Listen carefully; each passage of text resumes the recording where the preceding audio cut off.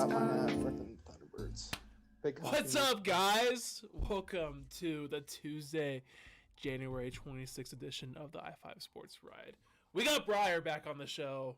Welcome back, Hello, baby. hello. Let's go. Ooh, repping the Thunderbirds. The I didn't see Thunderbirds. that. That's a nice quarter zip right there.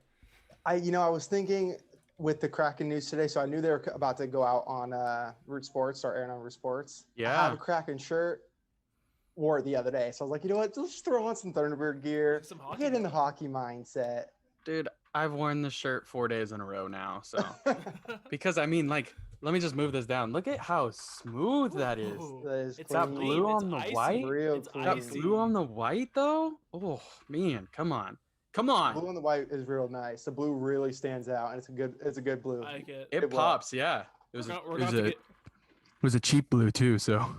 we're gonna have to get those out to the fans soon for sure. Oh, for sure. All For the sure. We're fans. still testing quality a little bit, but those of you that are keeping track with it, the quality tests so far are good. I don't know why I have this put over. I do that when I game and people are talking to me. There's nobody in here right now, so.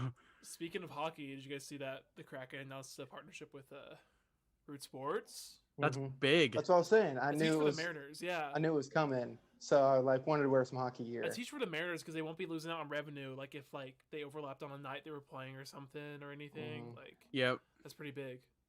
Yeah, that's good for them, and Yeah. and it's good. It's good for Root in general. Like Oh, now yeah. now they're gonna have a little bit more. You can only watch so much Mariner stuff in the off season. I know, right? Like- Just like I'm The a- same Mariners All Access I'm- over and over. I'm a huge Mariners fan, and like I don't even watch Roots very much outside of the season. Like it's just tough. Well, to you're not a big Portland Timbers fan. What's up with that? Absolutely not. No, not at Yeah. all. When I I'll- watch soccer, I'm a Seattle Barons or whatever we are. The Bear what? Yeah, I don't know. What's our team name for soccer? The Sounders? Sounders? Yeah, them. I was like, wait a second, what? I was Wow, so the confused. I was Sounders- like, am I thinking of the wrong team? Go Like, Captain America. If we got any soccer fans like ever watching this, they're never gonna watch us again now. Dude, if we They have do soccer, not take soccer slander. if we have soccer fans watching this, like feel free to put in your inputs and all that kind of stuff, because I just don't understand soccer enough to be like an expert in it or be able to talk about Yeah, it. I don't know anything.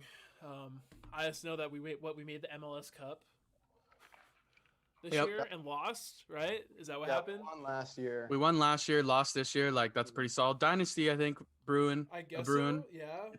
Does Oh, that the- sound like the the Sounders Kansas have City been Chiefs? good. Maybe. Are we the Chiefs of the MLS? Is that what we are? They're 100%.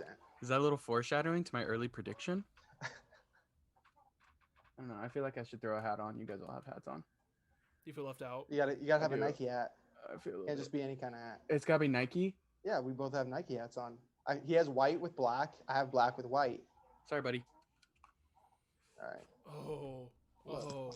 This is about all I got in the Nike world going on. It's about. You put this right over Oh, top. the Cougs hat over. Yeah, there you go. There you go. Yeah, we're both. Oh my goodness, I'm reversed on my camera, so I'm bending the wrong side of my build down. All right, now I feel All it. Well, boys, we had a decent weekend of football. At least one game was sort of close for the last quarter. I enjoyed both games I for did the most too, yeah. part. Mhm. Yeah. I thought that they were both actually really good games. I don't know, that Bills game was tough because I felt so good about my prediction. I was like, oh my gosh, 9-0. I have total faith in the defense. I had faith in the defense to keep them somewhat down, to slow them down. So getting out to an early lead made me feel really good about it. But dude, was that Patrick Mahomes on the field?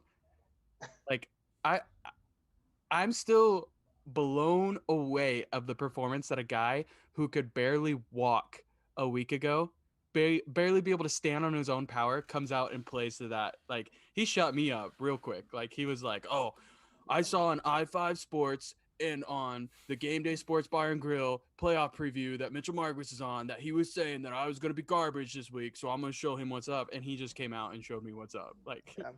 I mean, he does what winners do. I mean, him versus Brady in the Super Bowl, I don't think you can really ask for a better duo of quarterbacks to be playing each other in the biggest game of the football season. I mean, it's going to be. I could see either team winning. Obviously, I mean, we'll get into that. I'm going for Bucks. Yeah. But but I mean, it's the way that he just came out and absolutely just dominated. It's exactly quarterback's mindset. Leave the past in the past, move forward, and just keep going. And I mean, the dude came out and shot out like a cannon. Like, guy was just phenomenal. And I think storyline wise, like, this is the best Super Bowl there could have been. Like, you got the GOAT, the current GOAT, like some will say. I mean, some will argue that, whatever. We can get that later. But there's no argument anymore. You got the current GOAT, and you got possibly the future GOAT, who is only in his 4th season. That's what's crazy about this. Homie is in his 4th season, going to his 2nd Super Bowl. Big possibility he wins his 2nd Super Bowl already. And that's I think that's on par with what Brady did, because Brady won his rookie year and then won his 3rd year. I think that's you want to pull that up real quick, but yeah, I got you. Keep going. I think easily this is definitely the best storyline we could have asked for, and probably most exciting matchup out of anyone. Because like I'm looking at down the list of the rest of the playoffs teams. I can't think of a game I'd rather watch, honestly, unless of course if it was the Seahawks. But I mean, what are you gonna do? Throwing the Seahawks against either of those teams, and I'm happy. But but I'm excited to see what the Bucks defense can do against the Chiefs offense, because hopefully they get back. I know Anton Winfield was out on Sunday, and they lost one of their corners. So hopefully, like, they're at full strength, because I really want to see how they do against, because like that Tampa Bay defense is fast. Yeah. Mitch, you got anything on that? So Brady won it with New England in 2001, 2003, and 2004. Okay, so if Mahomes wins this year, he'll be on par. No, he'll be like one back still. One back. Brady won. Because Brady was a rookie in 2000. Oh, there we go. Sorry, I was looking at the playoff stats and the Super Bowl stats next to each other, and I was like, why did he have no stats for 2002? Yeah, so in 2000, he only got into one game, so that was his rookie year, when Bledsoe was really playing and all that stuff. But then 01 he started, 02 he started, 03 he started, and 04 he started. But he came into the Super Bowl his rookie year, right? Like, this is true. He took over in the playoffs. Is that what happened? He took over in the playoffs. They didn't get, because that's when Bledsoe got hurt. Right. He in 2000 is when he took over in the playoffs. And then so it looks like he won 2 in his first 4 years, right? I mean, if you count 2000 as his first year, then 2 in the first 4 with 01 and 03. I mean, I would kind of consider kind of like I would do kind of like the Kyle Lewis, right? He gets brought. It's like the September call-ups. It's not really their first year. Yeah. So if we wipe 2000 out, that means that 01, 02, 03, 04, and he won 3 of his first 4 years. Yeah. Wow. It's crazy. That's a crazy stat, dude. And then lost in 07, lost in 11. When actually crazy to think that, right? He's got 6 now, but 3 of those 6 came within the first 4 years of his career. Yeah, he walked into a really good team. I guess I wouldn't say they were a really good team. They were a pretty solid team, but I mean, he made them better. Like, I guess we can even go to the case of like how Brooks brought up possibly the current GOAT. There is absolutely no conversation anymore. Like, if somebody wants to have a conversation about it, the dude, like, the whole offseason conversation was going to be, is Belichick going to hurt without Brady, or is Brady going to hurt without Belichick? And everybody's like, oh, Brady was a system guy, blah, blah. You can't even have that conversation anymore. He went to Tampa Bay, who were decent last year. They definitely were decent, and they definitely are decent without Brady and all that kind of stuff. Like, Winston put up good numbers for him and everything. But, like, he went to a team that had no Super Bowl aspirations at all. There wasn't a single person in the world before Brady joined them that said Tampa Bay is going to play in the Super Bowl at their own play. And he comes in, steps in as Tom Brady, and says, let me take another team to the Super Bowl to compete against this super team that's in Kansas City. Like, he's the GOAT. He's the best. I mean, that just proves to you like how important he is, because last year you're basically looking at the same Tampa Bay team as you had last year, besides the additions of Fournette and Winfield on defense. It's pretty much the same team, but Brady just elevated them to that next level that Jameis couldn't do. Jameis throwing 30 picks in one season, so right. That just shows you how good of a Brady can bring a team to the next level. And how much outside of Brady did New England lose going into this year? only a handful of people, They but lost a nothing couple. I would say like big A names. couple of them like backed out because of COVID. That's right. There is a couple guys on the defensive end that did not play this year. That's I think Dante Hightower was a big factor in that and all that stuff. But I mean, like, that should only change just a little bit if Brady really was a system guy like they were talking. They were a totally different team. Like, nobody had fear playing them at all. And Cam Newton's not a bad quarterback. Yes, he did not play He looked great done this year. Yeah. But that's just it. Like, it's the same way as Stidham would have been for him and all kind of stuff. Like, that's just how good he is. Like, he could jump to whatever team he wants to, and they're an automatic contender. Like, he's good. He is the GOAT. There is no conversation there. Like, people can put that to bed now. Honestly, I like watching him play. Like, as much as I hated him in the past, I think a lot of it had to do with him being on the Patriots and like the whole like Belichick era. It's just like it's kind of annoying just to see him like in the Super Bowl continually. But it's so cool to see him like say, you know what, like I'm gonna like prove to everyone I don't need Belichick. I can go do this on my own. And it's just like it's so cool to watch like this kind of greatness like in the flesh, honestly. Yeah, well, like all the allegations, cheating allegations that the Patriots brought along during the Belichick and Brady era, like I feel like you just have to step away from the Patriots and leave that bad energy with that team and then move forward. And honestly, if he would have done poorly this year, I don't think really that he gets away from those allegations and stuff. But I think now that he put up numbers, it's almost like pass in the past, leave it. Like, yeah, you do what you're doing in Tampa. And I mean, like, whether he was behind the deflating the balls and Spygate and blah, blah, blah, whatever, or involved in all that kind of stuff. Okay, first of all, who in their right mind thinks that any NFL team wouldn't take the chance to gain an upper edge? Like, look at all the people, like we were talking before we came on about Bonds and not being in the Hall of Fame and all these different people and all that stuff. Yeah, maybe a little too far with steroids, but like, do you know how many people get away with kind of fudging the system all over? Like, you see people who have been pitching with some pine tar or rosin or whatever on their hat for a long time. Like, people try and grab the little bit competitive edge. And really, how much of a difference did a deflated ball really make? Like, now we see he goes to a place and he gets away from all that kind of stuff, and he goes to an offensive coordinator who's young and Byron Leftwich, a head coach who has been around the ring quite a bit and hasn't quite sealed the deal all the time and all that stuff with Arians and all that stuff. Like he just brings this era about him, this veteran leadership that just smooths everything over. Like Scotty Miller, who like he did it again with somebody. He did it again with a wide receiving core. I think he made Ronald Jones better than he would have been with anybody else, kind of thing. Like, he just has this way about him that he's able to lead a team and no other. Like, look at Aaron Rodgers. He's not able to make the big plays.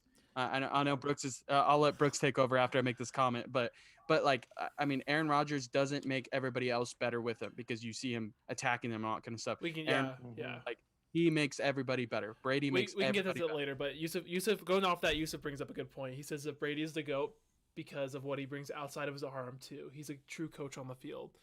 And this is really true because I heard Arians talk about that in an interview like before the game on Sunday, that he feels like he doesn't even need a coach. Like he lets Brady like take over on the field and do the coaching himself.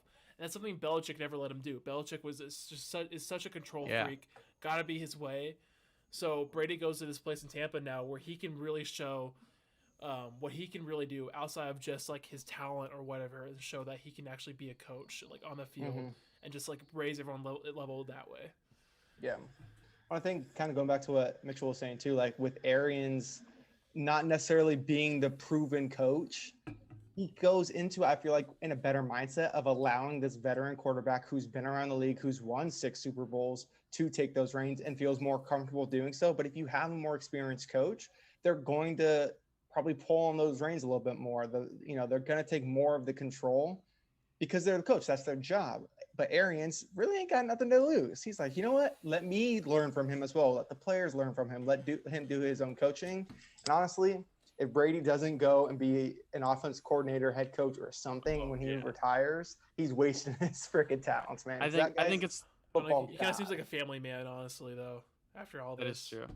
He'll bring him. I think he takes some years, some time. But I mean, with his kids growing older, I could easily see him going back to the game in some form of a coaching aspect.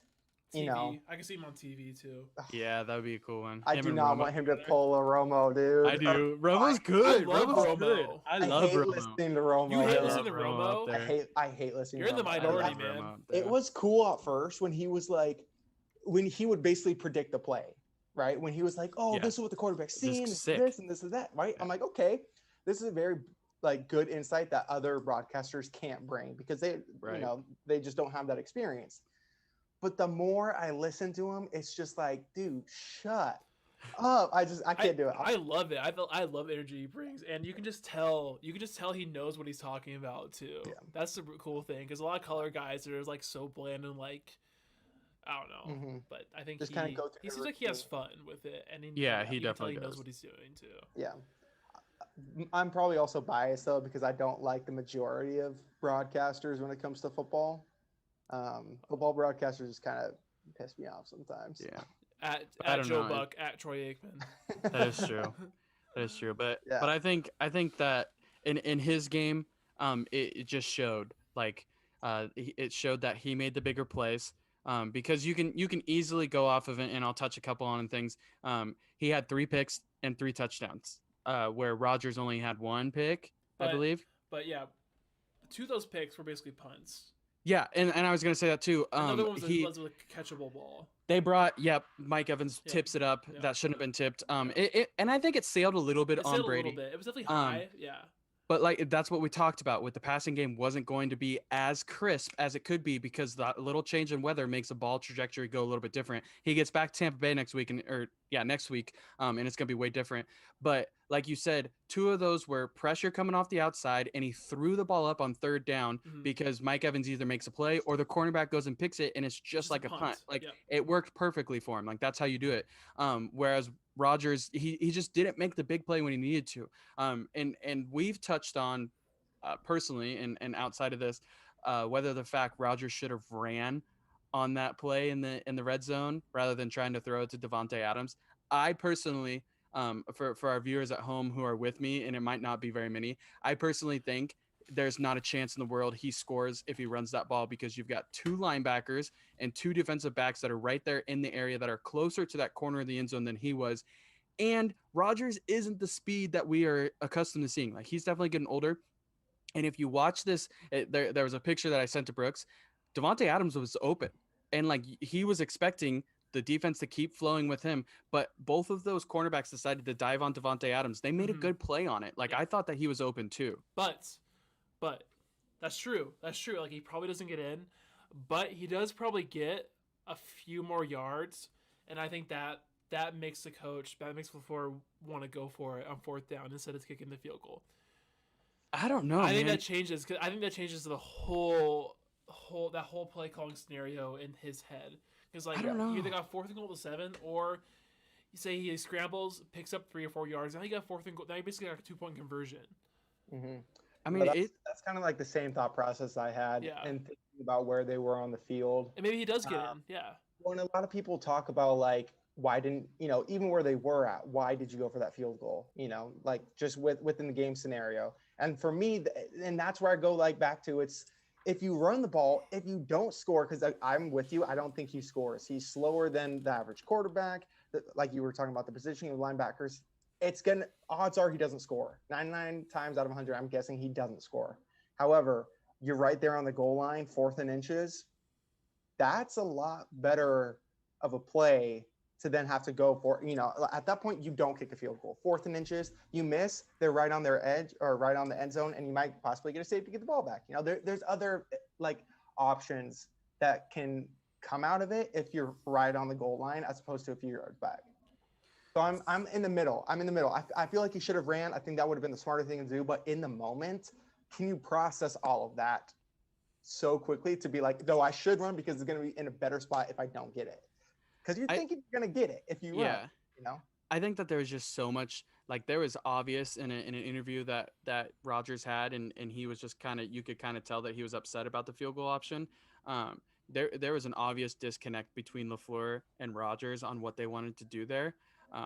And so I personally, with the offense that they had and their throwing offense, basically, because there's no way that ball goes into Aaron Jones's hands if they go on 4th down. no matter where they're at on the field. I think you give it to Rodgers and you let him do it because he's your MVP caliber kind of guy.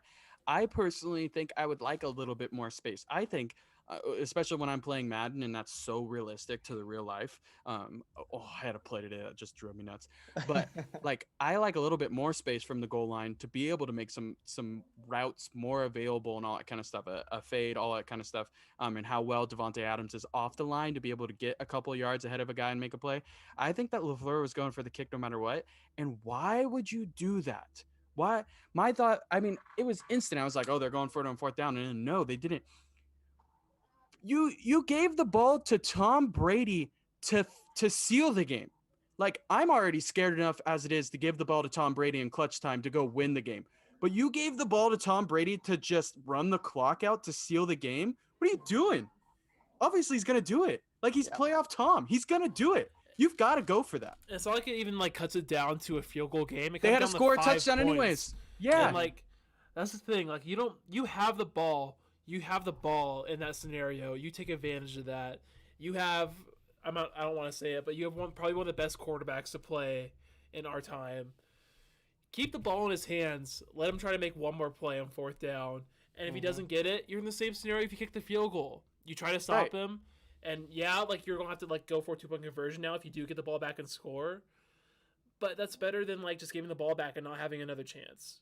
And if you're in the thought process that you guys said, if they were closer to the goal line, they're going for it because they feel confident and all that stuff. Well, then you're already confident in it for that 2-point conversion. Like, you might as well go and I see like Yusuf and Justin are saying extend the game and the play call looks bad afterwards and all that kind of stuff. But like, seriously, like Brooks is making the point. It didn't change anything. It's not like it changed it to, oh, now we can get to the 30-yard line and be able to kick a field goal to get into overtime or to win a game. No. They still had to score. No one would have been mad if they went for that and didn't get it. No, you can't be, because they're going to they're making the play call to win the game. Because you're still gonna have to make that stop and then go score again. Whereas if you do score that touchdown and you go for the 2-point conversion, either one, you get the 2-point conversion, now you're tied, or two, now you stopped them. And we're going for a field goal to win the game. Like, I don't understand it, but in all honestly, like, even if you do, like, they go for it, they tie it up, whatever, you're still giving the ball back to Tom Brady with 2 minutes left. So yeah, so make him at least have to go score. Most likely, he gets him in field goal range. Oh, for sure. But but like, you want to like make them make that play though. Make them go down the field and score one more time instead of just giving the ball back.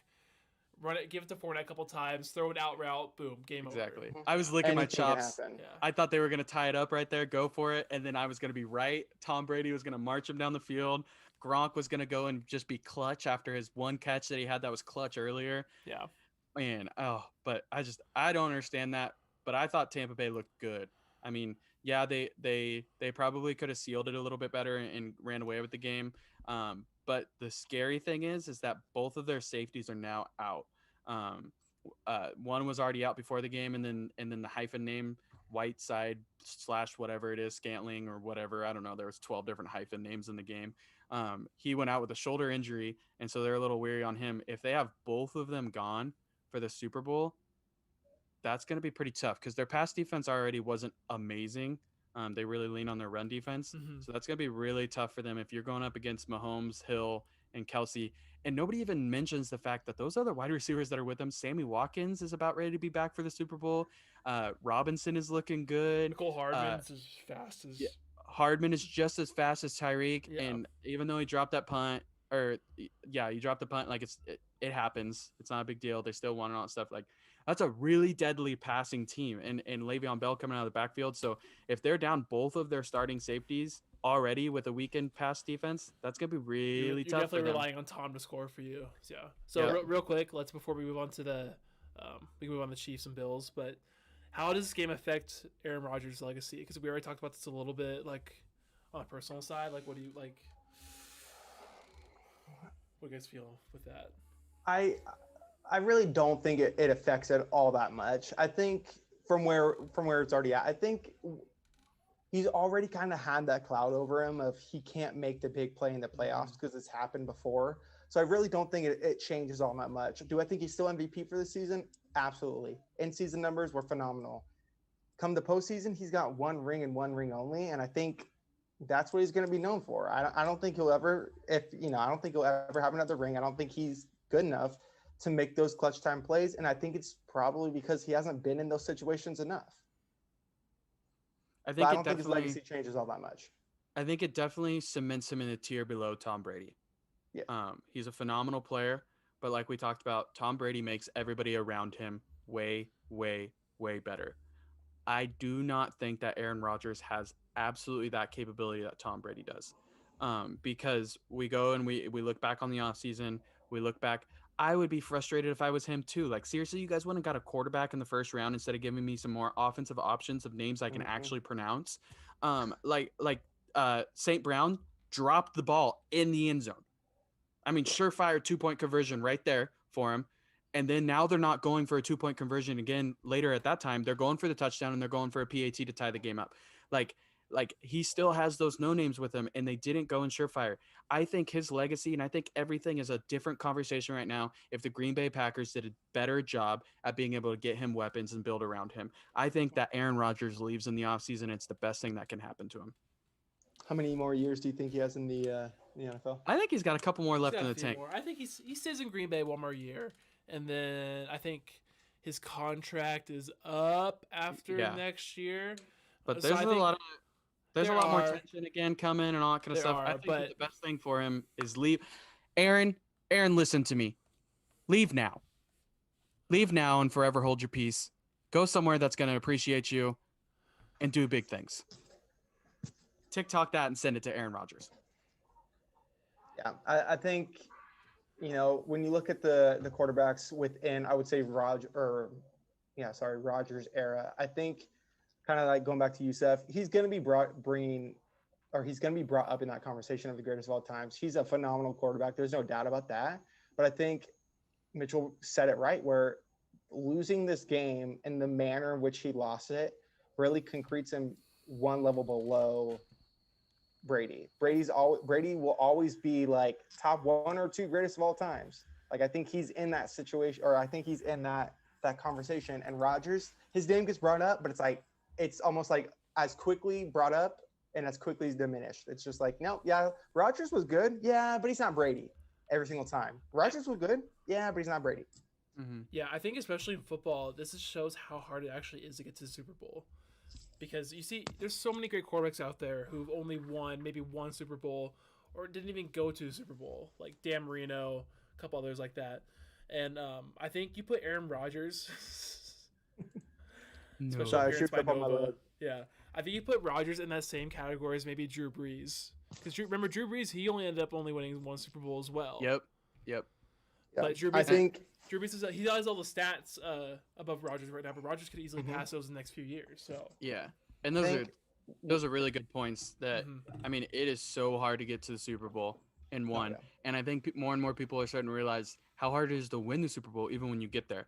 I think a lot of what's happening in the last couple of years is actually helping the Buffalo Bills. That little 4-year span of them losing over and over again. I think it's starting to take a little bit of heat off of that because it is super hard to win that in general. But to get to the Super Bowl, like, you got to be great. Like, you have to be great, or you have to be hitting on all cylinders, or you have to have the absolute like injury flu come over the teams that you run through and all kind of stuff.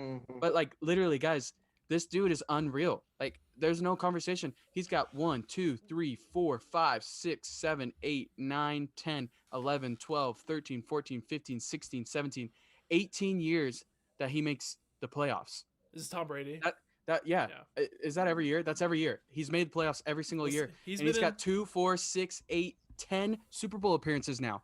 That's 18% of the Super Bowls that have ever happened. That 10, including this season? Yeah. That's unreal, guys. He's 10 for 18. What? Insane. He's shooting above 50%.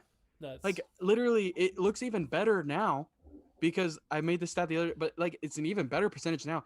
You are more likely to have Tom Brady head into the Super Bowl than to hand the ball at Steph Curry at the 3-point line and him make it. And you bring up, going off like how hard it is to go to Super Bowl, and you brought up the Bills too. Their clock's ticking before they have to pay Josh Allen. And we talked about this a couple of weeks ago. Like, once you pay your quarterback, it's a lot harder to get back. Yeah. So their clock's ticking. Yeah, and that's a great transition, Brooks. Good job. Because now we can move into that game because we can even talk about the fact of how young that team is. And I'll piggyback off of yours. They got a lot of defensive players, and they got a couple offensive players too that are also on their rookie contract that they'll have to pay at basically the same time as Josh Allen. That's going to make it really hard. So yeah, the clock is ticking a little bit on them, but they do have a couple years still for all that kind of stuff. But the youth that they have on their team showed. I think, I think you get a couple veteran pieces going into next year, and that's a team that I think they can knock off the Chiefs next year. Yeah, I mean, I loved before you go. I loved the picture of Stephon Diggs like watching the Chiefs like celebrate, and he's just like definitely. You can tell he's gonna be hungry going into next year. Oh, for sure. You can tell how much more happy he is in Buffalo than he was in Minnesota. Like you can tell he found his home. I know him and Josh Allen like get along like really, really well too. And who wouldn't? Who wouldn't get along with Josh Allen? He's a great guy.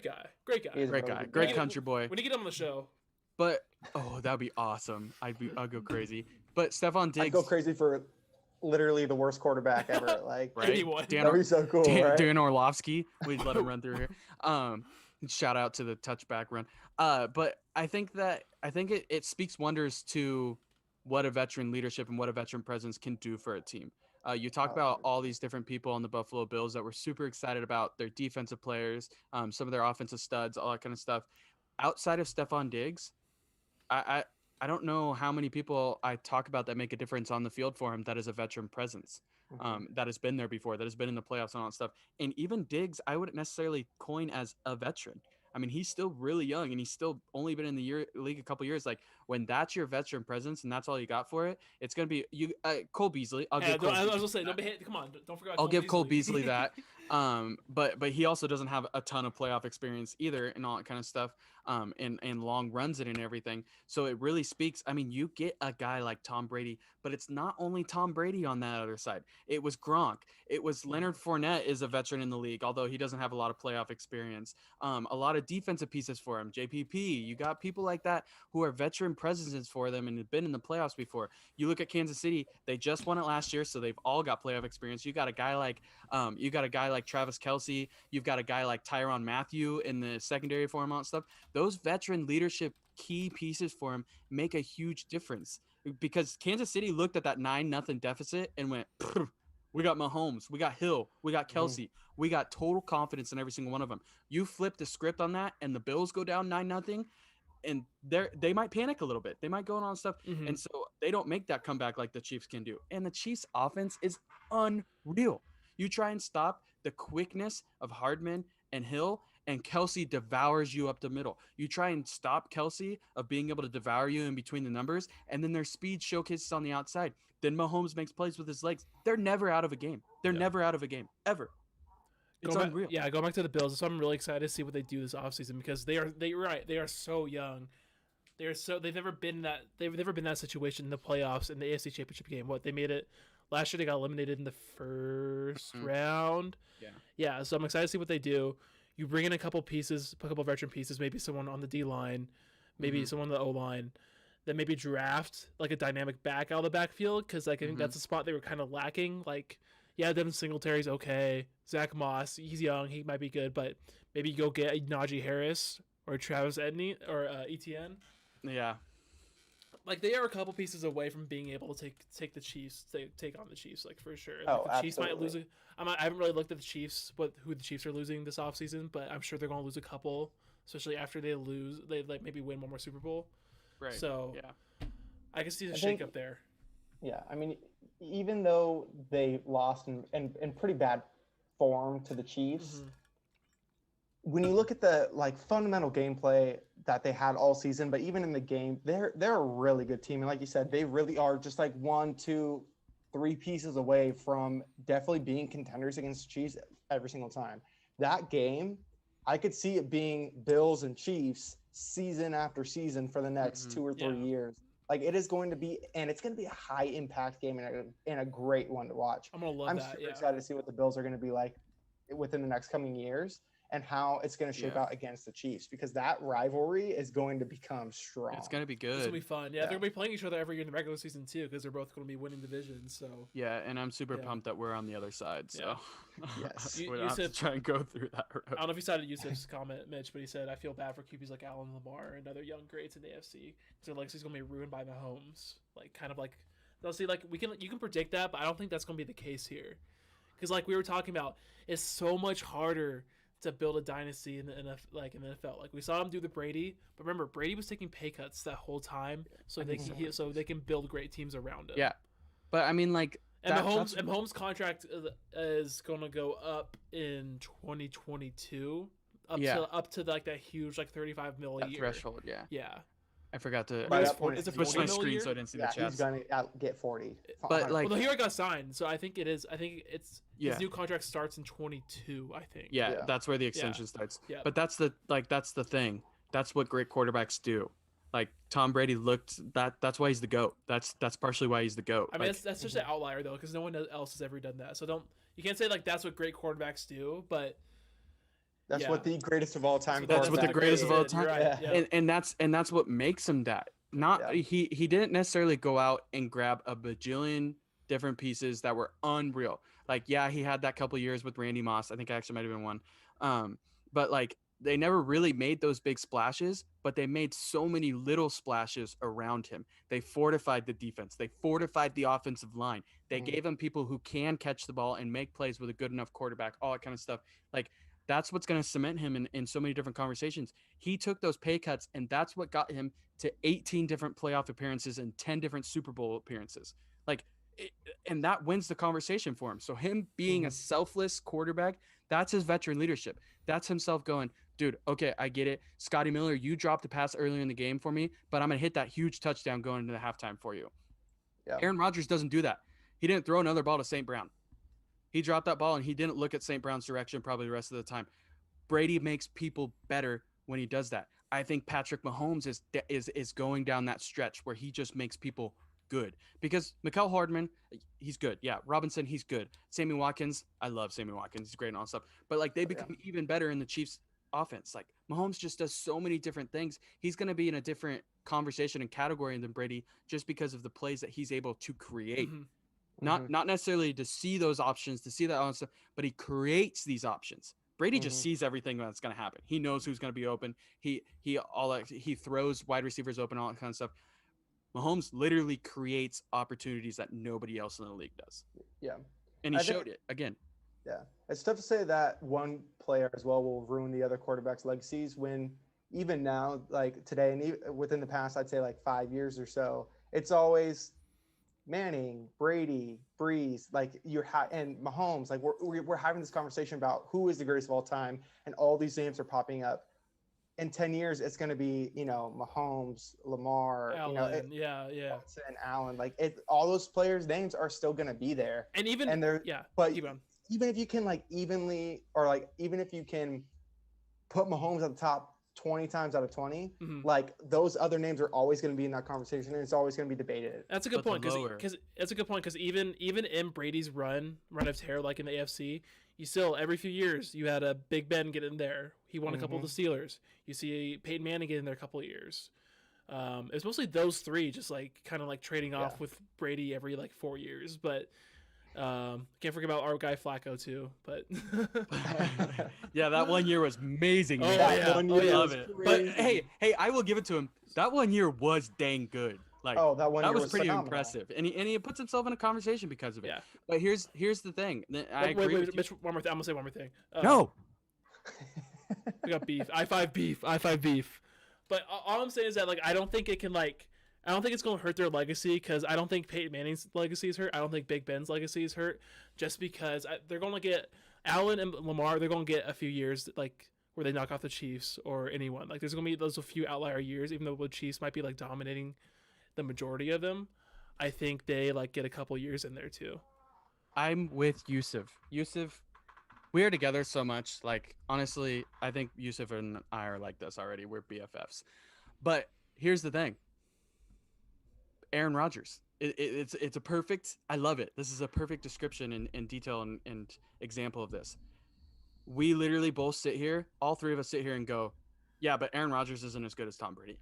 Aaron Rodgers isn't a tier but below him, all that stuff, because he played and all that stuff. That's what they're going to do with those other quarterbacks with Mahomes the whole time. Imagine Aaron Rodgers. At least are going to be in the conversation. Imagine Aaron Rodgers being able to create his legacy in a time without Tom Brady. Like, we don't have this conversation probably of him not being able to make the big plays. He wasn't even getting to the Super Bowl to even like go up against Tom Brady though. That's the thing. It's hurting his legacy. He was in a much more open NFC his whole career, and he still couldn't get past that next level to even like go against even put himself in the conversation with Tom Brady in that way. But nobody else dominated like Tom Brady. Like, so on the other end, there's all these other quarterbacks too, like Drew Brees and all them, that aren't getting to the Super Bowl either. So if he's in an even field with everybody else, he's not in Tom Brady era, then he gets a little bit more sight to him. It's just like MJ. Like, Scottie Pippen is so overlooked because of MJ. I mean, that's a little bit different because he's on the same team as him. So that's a little tough. But like, you take Mahomes away from Allen, Lamar, and all that other stuff, they run leagues. They run all that kind of stuff. Josh Allen is a phenomenal quarterback, and he's in the Super Bowl this year without Mahomes in this era, kind of thing. Like, it really does. I don't think it's going to ruin their careers. Like you guys said, they definitely come up in the conversation, all that kind of stuff. But I think Aaron Rodgers gets a lot more love for me, that's for sure, if Tom Brady's not above him right now. Yeah, but there's always going to be a Brady. There's always going to be an MJ, a LeBron, a Kobe, a Woods. You know, like, no matter what, there's always going to be one person that trumps them all. And so, I don't know. You might have just ruined yourself by saying Tiger Woods right there. Well, because yeah, you got Tiger, but PGA right now, you give me one name that you know is going to win the Masters 4 years in a row. No, I mean, I guess I probably couldn't give you one. Like, okay, I'll take Woods out of there. Okay, I'll take them out of there. But what I'm saying is, you're always gonna have one person that might ruin it for the people that are directly underneath. Mm-hmm. That you take that one person out, and it's different. It's different conversation. But that's how it's. You put those guys in somewhere else. You put them in a generation later. It's like, okay, well, what about this guy? Like, right? Like, you take Breeze. Let's say Breeze came into the league, 2 years ago, and he's going to be right there in that conversation, right? Does he get above Mahomes?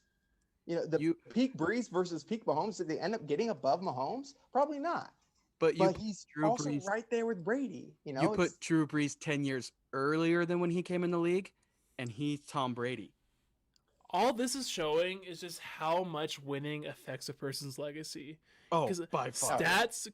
All these guys' stats are just like on par with each other, and here we are saying Brady is like this much like better and in a better tier than all these guys, when in reality they're just as talented as each other, but it's just like whoever can take their team to the next level, that's what makes them the GOAT.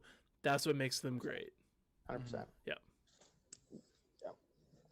Well, we kind of went on about this longer than I originally thought, so we can't really That's all right. Yeah. I like running on things. Yeah. But I don't know. I think that it's gonna be an awesome showdown, and I'm actually really excited to be able to come back and talk like it's so much fun when we just get to talk about one game and we get to go in depth in it and all that kind of stuff, and it's our preview and all that kind of stuff.